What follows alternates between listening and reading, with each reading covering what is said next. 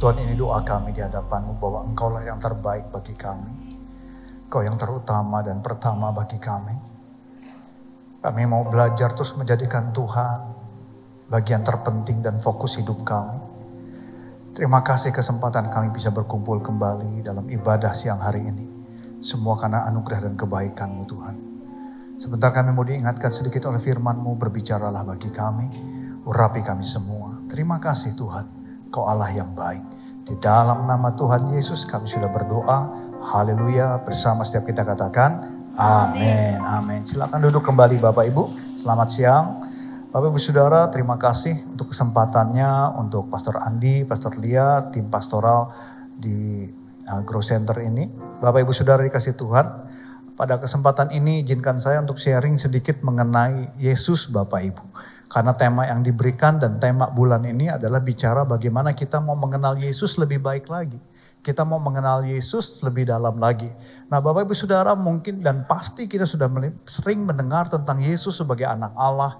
Kita mendengar Yesus sebagai penyelamat. Kita mengenal Yesus sebagai Tuhan itu sendiri. Tapi Bapak Ibu Saudara izinkan saya pada siang hari ini berbicara dari persepsi yang lain mengenai Yesus. Yang saya ingin sharingkan adalah Jesus as a servant. Bicara tentang Yesus sebagai hamba. Ya Bapak Ibu Saudara, Yesus datang bukan hanya dia ingin menjadi Tuhan atas kita. Dia datang bukan hanya ingin menjadi penguasa, tetapi dia datang sebagai hamba. Nah di dalam Markus pasal 10 ayat 45 dikatakan demikian. Karena anak manusia juga datang bukan untuk dilayani, melainkan untuk melayani dan untuk memberikan nyawanya menjadi tebusan bagi banyak orang. Jadi Bapak Ibu Saudara, Yesus datang itu juga bukan hanya sebagai Tuhan, tetapi juga sebagai orang yang melayani, sebagai hamba Bapak Ibu Saudara.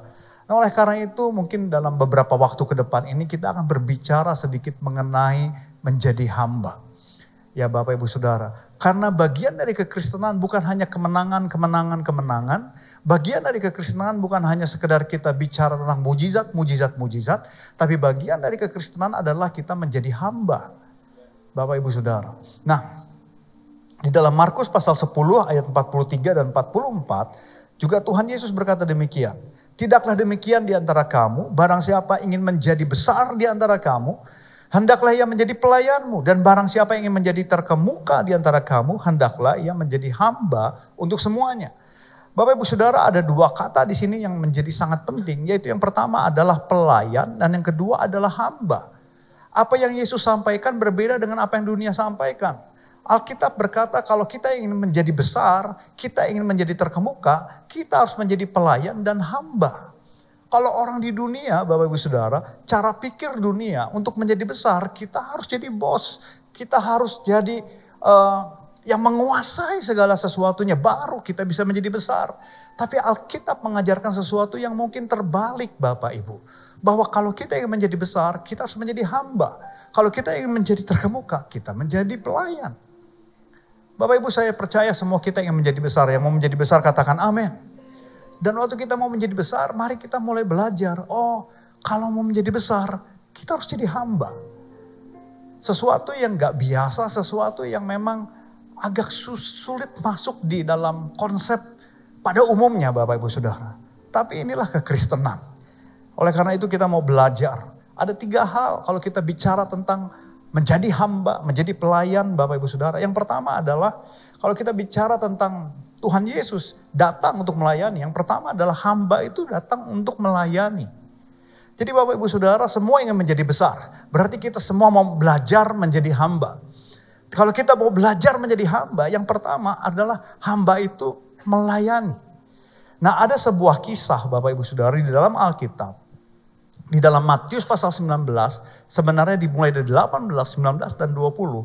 Itu adalah perjalanan Tuhan Yesus bersama murid-muridnya. Ada beberapa kejadian di situ dan ada beberapa hal yang saya ingin kita perhatikan. Yang pertama adalah percakapan Yesus dengan Petrus, Bapak Ibu. Di dalam Matius pasal 19 ayat yang ke-27 dikatakan demikian. Lalu Petrus menjawab dan berkata kepada Yesus, kami ini telah meninggalkan segala sesuatu dan mengikut Engkau. Jadi apakah yang akan kami peroleh? Bapak Ibu, ini adalah sikap normal manusia. Sikap normal banyak orang Kristen. Kita ikut Yesus untuk dapatkan apa? Dalam bahasa Inggris ditulis dengan kata, what shall I have?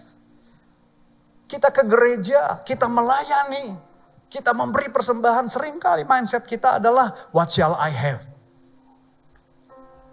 Dan Petrus sama. 2000 tahun yang lalu Petrus bertanya kepada Yesus, Tuhan, saya udah tinggalin semua loh. Tinggalin pekerjaan, tinggalin keluarga, terus apa yang saya dapatkan? Kemudian Bapak Ibu Saudara, bukan hanya Petrus, tetapi juga dua sahabat dan saudara dari Petrus, yaitu Yohanes dan Yakobus. Ketiga orang ini adalah murid terdekat Tuhan Yesus.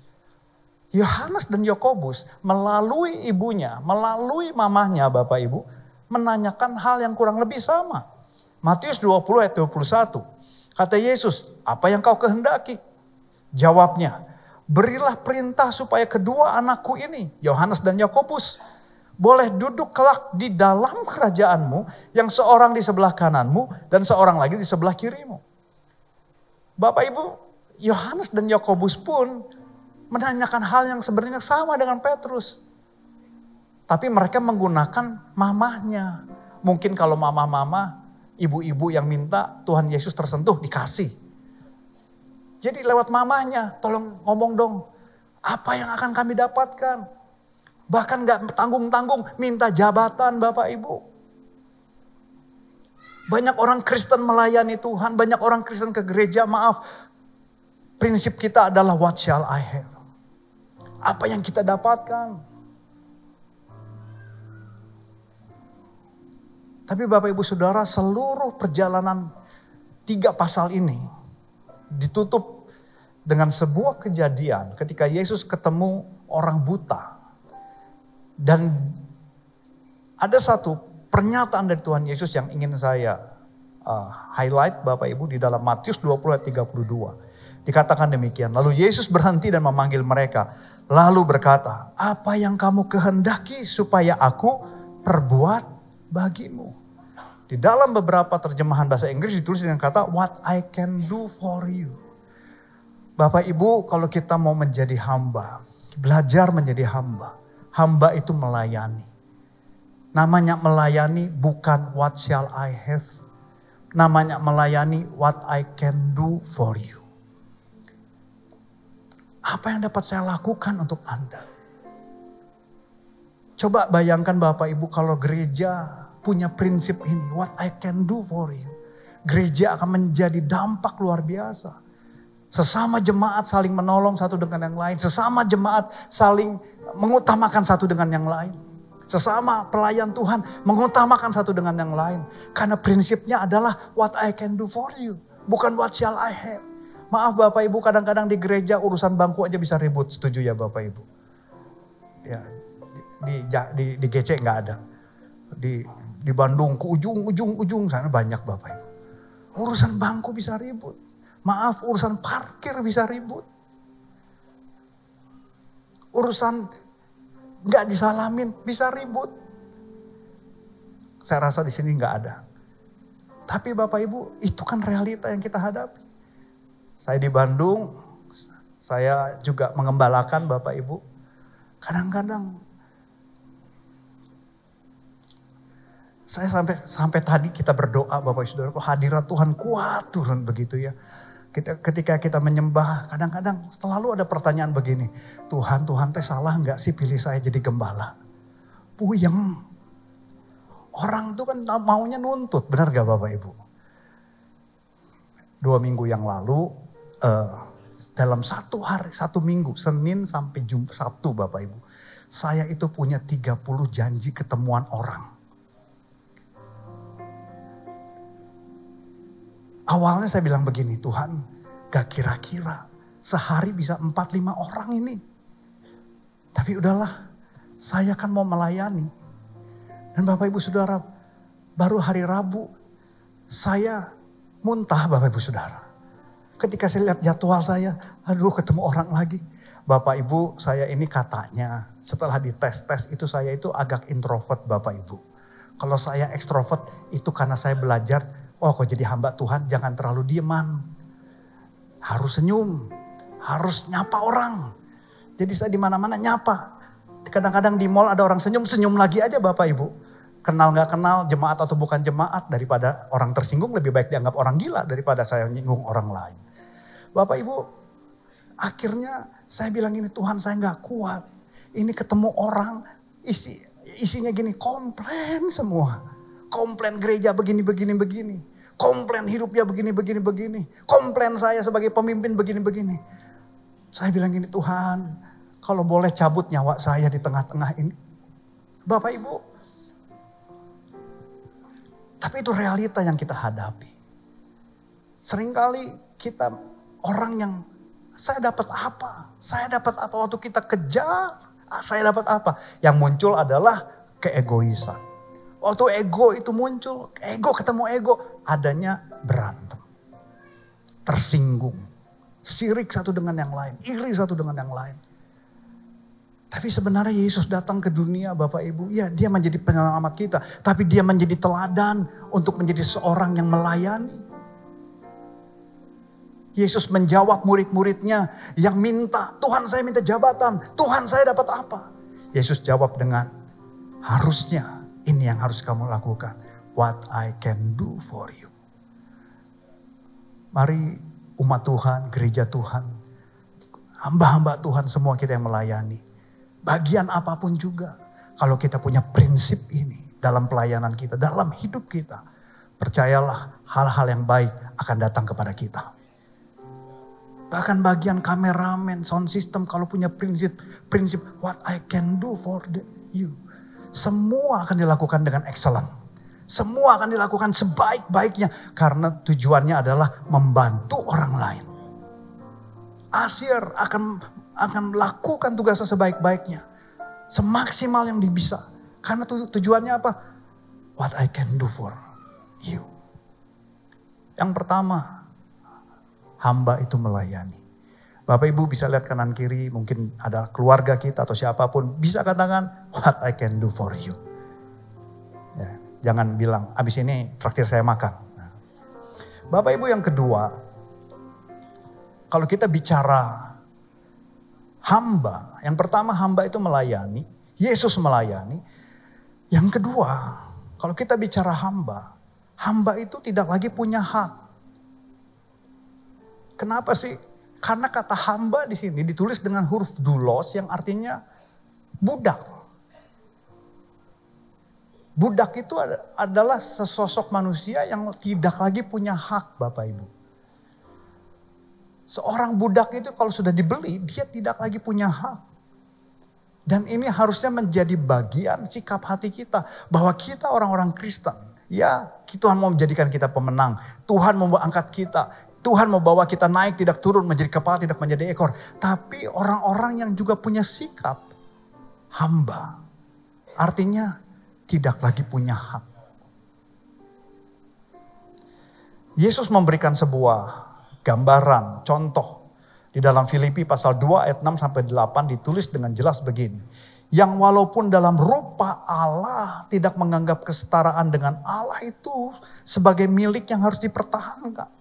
Melainkan telah mengosongkan dirinya dan mengambil rupa seorang hamba dan menjadi sama dengan manusia. Dan dalam keadaan sebagai manusia ia telah merendahkan dirinya dan taat sampai mati, bahkan mati di kayu salib. Saya ingin kita melihat ayat yang ke-6. Ini kuncinya Bapak Ibu. Yang walaupun dalam rupa Allah tidak menganggap kesetaraan dengan Allah itu sebagai milik yang harus dipertahankan. Waktu Yesus datang ke dunia,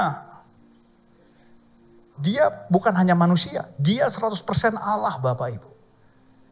Dia Tuhan, penguasa alam semesta. Dia Tuhan yang menciptakan manusia, menciptakan langit, menciptakan bulan, matahari dan sebagainya. Tapi ketika dia jadi manusia, Alkitab berkata, dia tidak mempertahankan kealahannya. Dia membatasi dirinya. Dia membuat dirinya terbatas. Bukan gak bisa dia gunakan kekuatan dan kekuasaannya. Waktu Yesus ditangkap, waktu Yesus dihina, waktu Yesus dipukul, waktu Yesus disalib. Bisa gak Yesus melawan? Bisa dan sangat bisa. Bahkan Alkitab mencatat ketika Yesus ditangkap, para penjaga itu bertanya, siapa Yesus? Mana Yesus? Waktu Yesus berkata, ini aku. Alkitab mencatat orang-orang di Taman Getsemani jatuh ke tanah. Betapa dahsyatnya Tuhan Yesus. Karena dia penguasa alam semesta. Tapi dia membatasi dirinya. Dia nggak mempergunakan haknya sebagai Allah untuk melawan. Sekalipun dia tidak berdosa. Dia tidak melawan. Tuhan Yesus memberikan sebuah contoh. Hamba itu tidak lagi punya hak. Kalau kita Bapak Ibu, coba kita diludahi. Coba kita ditonjok tanpa alasan. Pasti saya lah, gak usah Bapak Ibu saya. Marah Bapak Ibu. Pasti marah. Sampai hari ini pun mobil saya diserempet motor. Marah saya Bapak Ibu. Karena saya merasa punya hak. Ini mobil saya. Kenapa kamu serempet mobil saya? Saya punya hak. Akhirnya saya marah. Bahkan kalau perlu saya pukulin orangnya.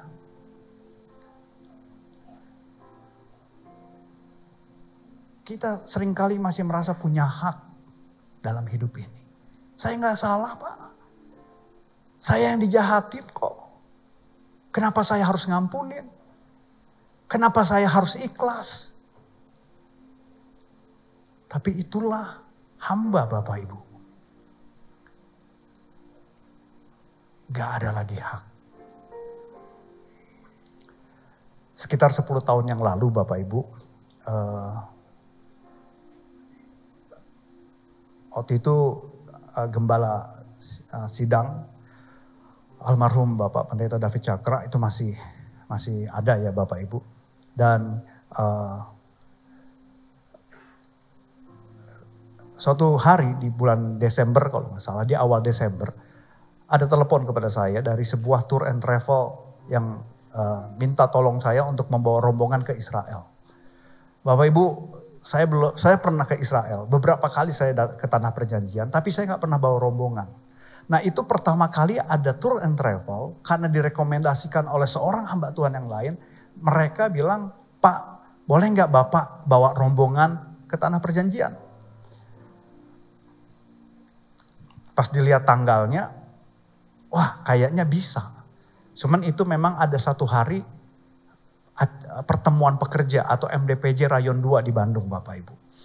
Nah akhirnya saya bilang begini, Pak, Bu, saya minta izin pimpinan saya dulu ya. Secepatnya besok saya kasih kabar. Itu Minggu pagi langsung saya WA atau saya message Pak David. Beliau sedang pelayanan di luar kota. Jadi saya bilang, Shalom Om, ini ada ada yang minta saya memimpin grup rombongan ke Israel tanggal segini sampai tanggal segini. Apakah diizinkan? Langsung centang biru Bapak Ibu. Oh dibaca. Sejam, 2 jam, 3 jam gak dibalas. Saya pikir lupa mungkin lagi pelayanan. Saya kirim lagi.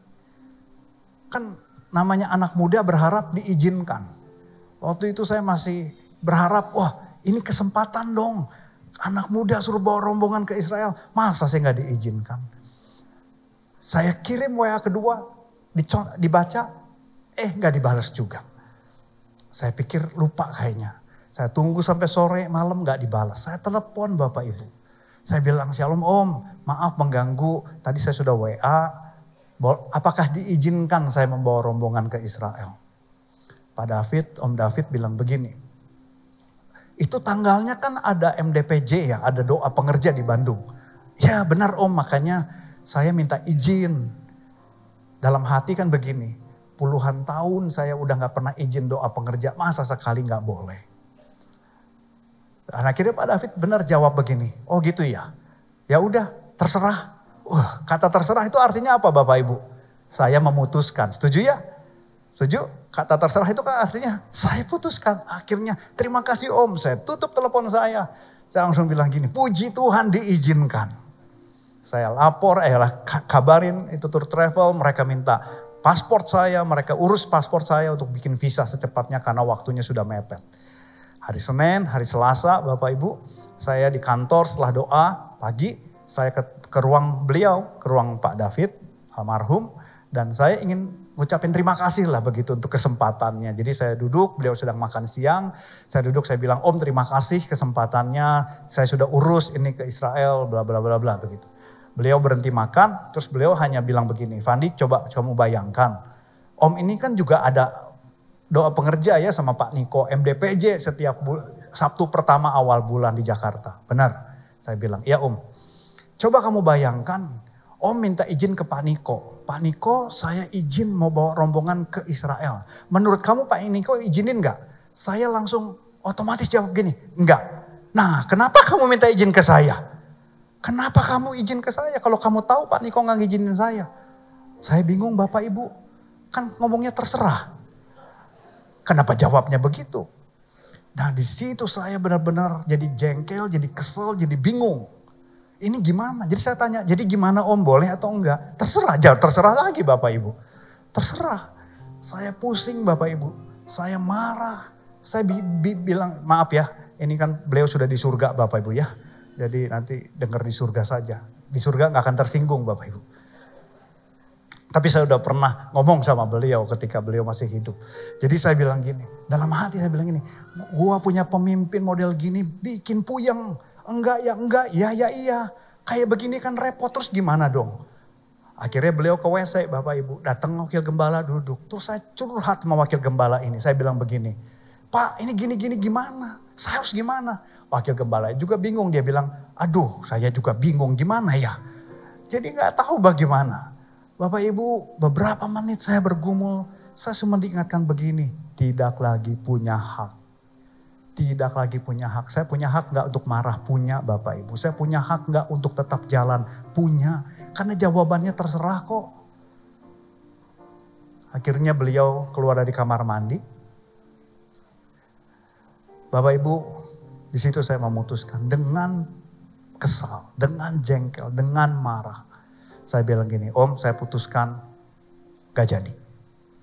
Beliau gak ngomong apa-apa, cuma ngomong, oh gitu ya, ya udah.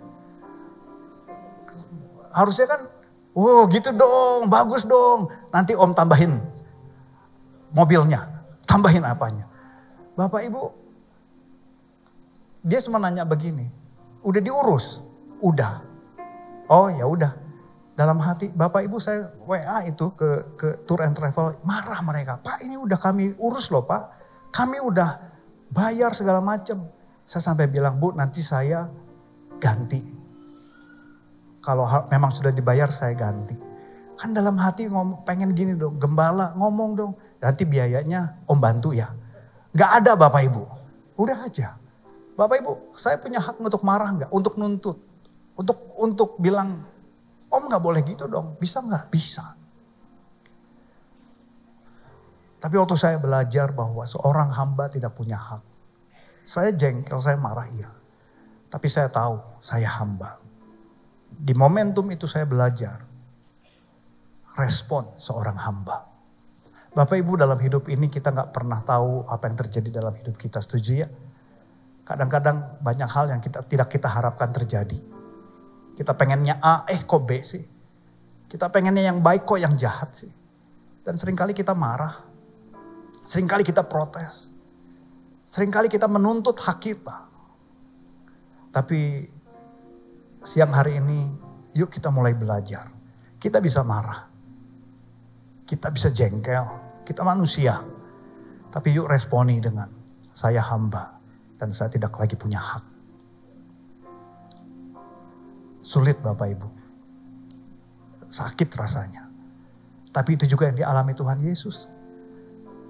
Dipukul diam aja sakit gak? Sakit. Diludahi diam aja sakit gak? Sakit. Tapi Yesus tidak membalas. Dan yang terakhir.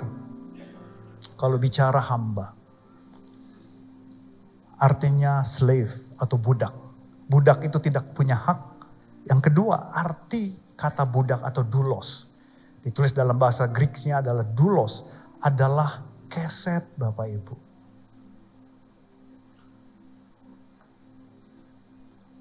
benar-benar artinya adalah keset, doormat. Dan keset itu fungsinya apa sih Bapak Ibu? Keset itu mau sebagus-bagusnya keset, bentuknya mau jadi kayak anjing, kayak kucing, kayak bunga. Tetap keset punya satu fungsi apa? Untuk diinjak. Benar Bapak Ibu? Diinjak. Dan kita adalah keset sebenarnya. Kalau keset bisa ngomong, saya rasa keset pasti marah. Sakit. Harga diri kita diinjak. Pride kita diinjak. Tapi Bapak Ibu, Tuhan Yesus memberikan contoh bagi kita. Bagaimana dia Tuhan mau diinjak. Membiarkan dirinya diinjak. Dalam hidup ini ada banyak hal sekali lagi. Kadang kita marah karena orang menginjak kita. Apalagi di dunia pelayanan. Dunia pelayanan gak pernah ideal Bapak Ibu. Tapi di dunia pelayananlah kita belajar. Sesama hamba Tuhan kita belajar. Waktu kita ada gesekan, kita merasa diinjak sama satu dengan lain. Di situ kita belajar bagaimana menjadi keset.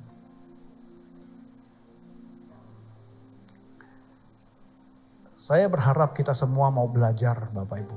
Gak mudah, tapi ayo kita belajar seperti Yesus.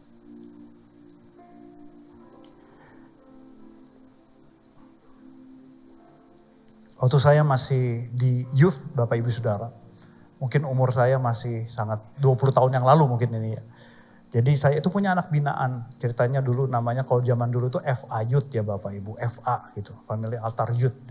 Saya punya anak binaan di FA saya dan dia punya pacarnya itu di FA orang lain. Di FA atau cool zaman sekarang, cool orang lain begitu Bapak Ibu. Nah mereka ribut, berantem. Ya anak binaan saya dengan pacarnya berantem. Zaman dulu Bapak Ibu anak binaan dengan pacarnya berantem. Pembinanya ikut berantem. Jadi saya berantem sama pembinanya, pacar anak binaan saya. Jadi kita yang berantem, kita yang adu omong sampai akhirnya saya ngajak berantem. Benar-benar bukan berantem ngomong. Saya bilang gini, ayo berantem di luar. Saking emosinya. Ini dulu Bapak Ibu ya. Dan saya berani ceritakan di Bandung, di Jakarta, di Bandung saya gak berani cerita. Jadi saya ngajak berantem Bapak Ibu. Karena dulu saya sedikit preman, saya mengerti sedikit bela diri. Jadi saya ngerasa jago begitu.